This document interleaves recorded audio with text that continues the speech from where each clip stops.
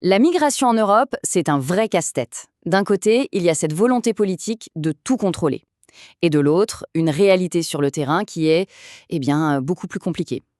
Pour essayer d'y voir un peu plus clair sur ce qui nous attend dans les 12 à 24 prochains mois, on va décortiquer ensemble 5 scénarios qui, en fait, s'affrontent et s'entremêlent en permanence. C'est vraiment ça la tension principale. D'un côté, un discours politique qui vise le contrôle absolu des frontières, et de l'autre, cette réalité du terrain qui, elle, est bien plus chaotique, bien plus difficile à maîtriser. C'est entre ces deux pôles que tout se joue. Ok, cette phrase, elle est essentielle. L'idée de rapport de force, c'est la clé pour comprendre. Ça veut dire quoi? Ça veut dire qu'il n'y a pas de solution miracle, pas de bouton magique. Non, c'est une lutte constante, une série de négociations, de bras de fer entre différents acteurs, avec des intérêts qui s'opposent. Alors, plutôt que de chercher une seule et unique prédiction, ce qui serait impossible, on va explorer ces 5 scénarios qui coexistent. Chacun d'eux, en fait, représente une force, une pression différente qui vient façonner la politique migratoire de l'Europe. Allez, on commence avec le premier scénario. C'est le plus visible, en quelque sorte, la stratégie officielle de l'Union européenne en renforcement, un durcissement systématique du contrôle aux frontières. Ce plan, il repose en gros sur 4 piliers. D'abord, bien sûr, plus de contrôle aux frontières extérieures de l'Union. Ensuite, ce qu'on appelle l'externalisation.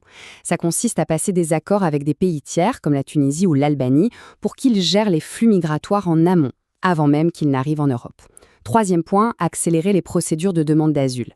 Et enfin, augmenter le nombre de retours effectifs pour les personnes dont la demande a été refusée.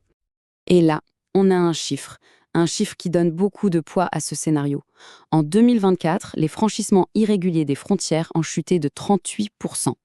Pour les responsables politiques, c'est la preuve que cette approche du contrôle d'abord porte ses fruits. C'est un argument politique très fort, même si, on va le voir, la réalité est plus nuancée. Et voilà, on passe à la suite. Parce que ce plan, qui semble si unifié sur le papier, commence en réalité à se fissurer. Il est mis sous tension par 2 forces qui tirent dans des directions différentes. On observe en fait 2 types de fractures. D'un côté, on a l'espace Schengen qui se fissure de l'intérieur. Des pays comme l'Allemagne ou l'Autriche rétablissent des contrôles à leurs propres frontières, ce qui crée des frictions.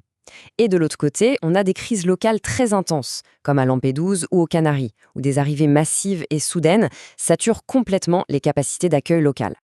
Et ça nous amène tout droit au troisième scénario. Parce que même si les chiffres globaux baissent, la pression à certains endroits peut rester, elle, absolument immense. L'exemple parfait, c'est le mur d'Evros, à la frontière entre la Grèce et la Turquie. Eh bien, ce mur, on continue de le rallonger. C'est bien le signe que sur le terrain, la tension est encore très très loin de disparaître. On arrive maintenant au cœur du paradoxe, au grand dilemme. C'est le moment où 2 forces extrêmement puissantes, mais complètement opposées, s'affrontent frontalement. D'un côté, la logique du cycle politique, et de l'autre, la pure nécessité économique. Alors, ce quatrième scénario, le cycle de radicalisation politique, comment ça marche? Eh bien, ça commence souvent avec une étincelle, un fait divers qui est très médiatisé, ou alors des tensions sociales liées à l'économie, au logement, à l'emploi. Ensuite, cette étincelle, elle met le feu aux poudres politiques. Cette tension ambiante se traduit directement dans les urnes et elle vient nourrir la montée de partis qui ont une ligne très dure sur les questions d'immigration. Et le résultat final? Des lois qui deviennent de plus en plus restrictives. On l'a vu en Grèce, en Italie et aussi en France. On entre dans une sorte de surenchère politique où chaque gouvernement sent qu'il doit prouver sa fermeté sur le sujet. Mais, et c'est là que ça devient vraiment intéressant. Pendant que tout ce bruit politique se fait entendre, il y a une autre force, beaucoup plus discrète, qui est à l'œuvre. C'est notre 5e scénario, celui du pragmatique du travail. En clair, pendant que le discours officiel se durcit, les mêmes gouvernements, sans faire de vagues, ouvrent des voies d'immigration légale pour des métiers bien précis, là où il manque de la main-d'œuvre. Alors pourquoi ce double jeu? La réponse, elle est simple, en fait, elle est démographique. Regardez, en 2024, sans l'apport de la migration nette, la population de l'Union européenne aurait tout simplement diminué. Le solde naturel, c'est-à-dire la différence entre les naissances et les décès, il est négatif. C'est une réalité mathématique et elle est incontournable pour l'économie. Pour bien voir comment tout ça s'emboîte, il suffit de prendre l'exemple de la France. On y retrouve absolument tout. Les tensions locales sur l'hébergement, c'est le scénario 3. Les débats sans fin sur les expulsions, c'est le scénario 4.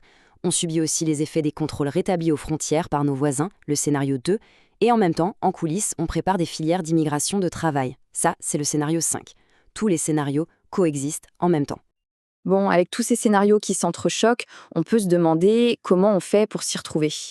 Pour ça, on a synthétisé les indicateurs les plus importants dans une sorte de tableau de bord. Et ce qui est intéressant, c'est que ces indicateurs, ils sont publics. Tout le monde peut suivre les chiffres mensuels de Frontex pour les flux migratoires, les données d'Eurostat sur les demandes d'asile, les annonces officielles sur les contrôles aux frontières intérieures, les signaux qui viennent des pays de transit comme la Tunisie ou la Libye, et bien sûr les grandes tendances démographiques. En gardant un œil là-dessus, on peut voir, en temps réel, quel scénario est en train de prendre le dessus sur les autres. Finalement, toute cette analyse complexe nous ramène à une seule et unique question, la question centrale. L'Europe peut-elle vraiment réussir à concilier son besoin vital de main-d'œuvre pour son économie avec cette quête politique et sociale de plus en plus forte pour le contrôle de ses frontières? C'est le grand dilemme qui restera sur la table bien au-delà des 24 prochains mois.